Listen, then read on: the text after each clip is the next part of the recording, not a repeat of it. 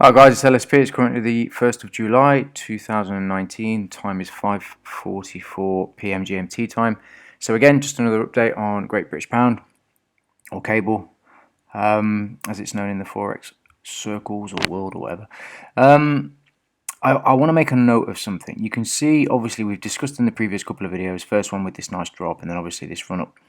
You can see that this level has been respected. Nice movement away from that level. The inefficiencies are still open down at the bottom, but I just want to quickly show you something. Notice how cable is now stuck in this tight range, okay? And when I say tight range, I'm not talking about the tail up here, the tail down here, or the wicks. I'm just talking about this section of price action here. You know, we've had a little bit of a rally, small pullback, and you can see it a little bit better on the 15-minute chart. You see it's a bit messy here, back down, messy. But we're staying within this range. We're staying, you know, in a very sort of tight consolidation from about here to here. Okay, so what I like to do is when I'm stalking or looking for a trade, or being patient and waiting for something to kind of jump off the screen, I'm constantly reassessing what I'm looking at when I sit down and look at the charts. Now, because we started in the first video, price action looked one way, and then the second video it's slightly different, and in the third video it's slightly different. But this is a progression of price action as price is moving. And what I like to do is I like to notice like I said, the small nuances, the little things that you see, that if you're not paying attention, they just kind of pass you by, but they're all little clues as to whether or not price is going to go higher or price is going to go lower. Now, it's very easy to just look at this and say, okay, look, I'm not going to do anything today anyway, so what's the point? I may as well just wait till tomorrow, see what price is doing, and then maybe pick something up from there. But when you put yourself in a position where you're constantly assessing price action, and you don't have to be crazy about it, but assessing price action and watching the flow of price, if you have time to do that, you put yourself in a better situation, like in a better position and a more powerful position when you're ready to open a trade once the trade setup forms. So when I look at price this way, tomorrow when I sit down, I already know, okay, that the spike here didn't happen. Like I said, I would have preferred that this candle went up, took out the high here and this small level here, and then filled in this inefficiency and then started to go lower. That's much stronger, okay, for me personally. That's what I like to see. Okay, it didn't happen, but we had a run back up. But look at this, we had a run back up here, filled in the inefficiency here, and then eased off a little bit, and then all the way back down, and now it's starting to get messy. I wouldn't expect to run lower from here. So there's a couple of things that we can take into tomorrow with this, right? We filled in an inefficiency here, and then we had a reaction from there. Didn't take out this side, so we've got an inefficiency up here which has been left open, but the inefficiency here has been filled in, or the rebalancing, and it's staying in the lower portion of today's range. Okay, so tomorrow, when the market opens tomorrow, not when the market opens, but when the London session, Frankfurt and then going into London is fully in swing, I would like to see, okay, price stay where it's at, go sideways, kind of go sideways. I don't want it going lower during the Asian session. If it does, great, then we can just assess it from there. But what I would prefer to see, because we have a range below us of around about 50 pips or so, a range below us from where current price is, 30 pips first fill, and then around about 50 pips to the second fill. Okay, that's a nice range to play with. I need to see price go up now. I don't want to be taking a trade anywhere near this area or down here anyway, because if it starts to come down into these areas to rebalance price, we're looking for a low of the week, remember. Okay, so I would like to trade into the inefficiencies, into the rebalancing. That's what I prefer to do. If it doesn't happen that way, yeah, then we will look for a low of the week and then potentially take a long for a 20 pip, 30 pip scalp.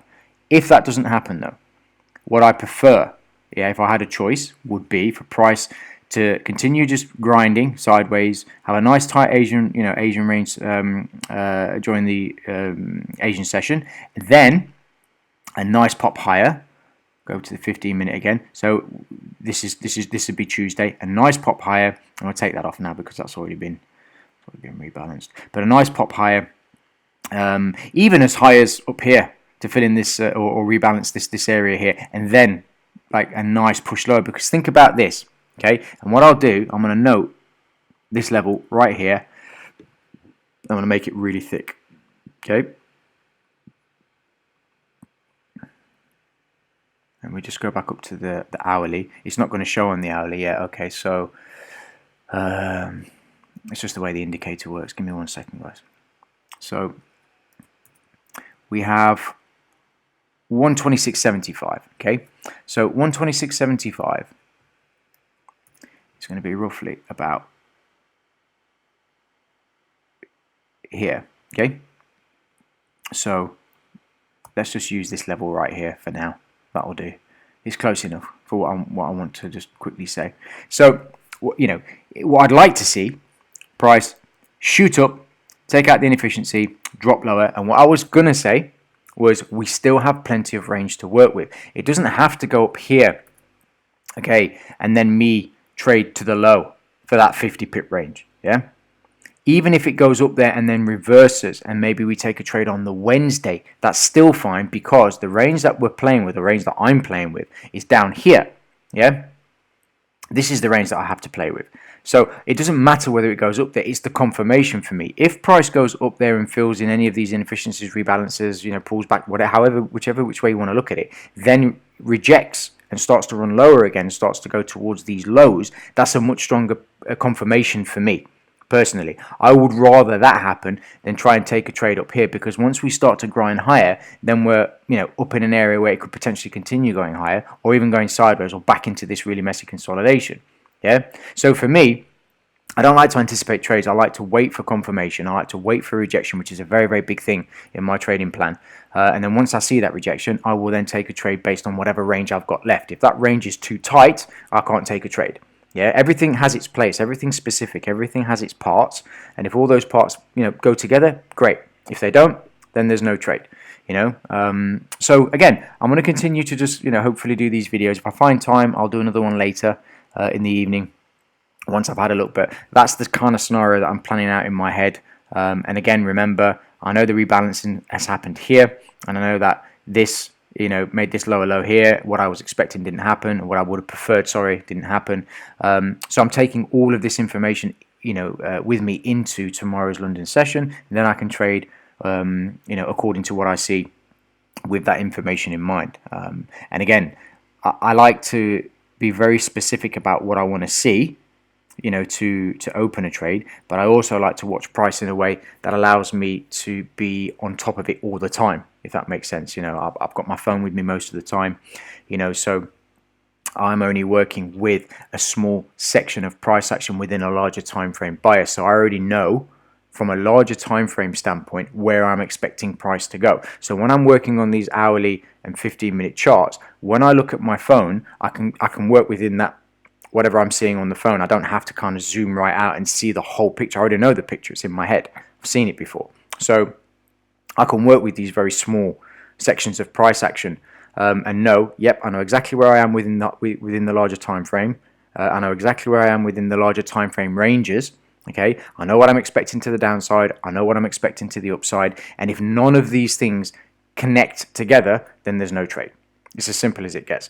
So the whole point of talking about the phone, though, was just to illustrate you can keep on top of things as a quick glance. Okay, where's price? Yep, no problem. Then move on. Have another quick glance, maybe in an hour. Okay, where's price? Yep, fine. Move on.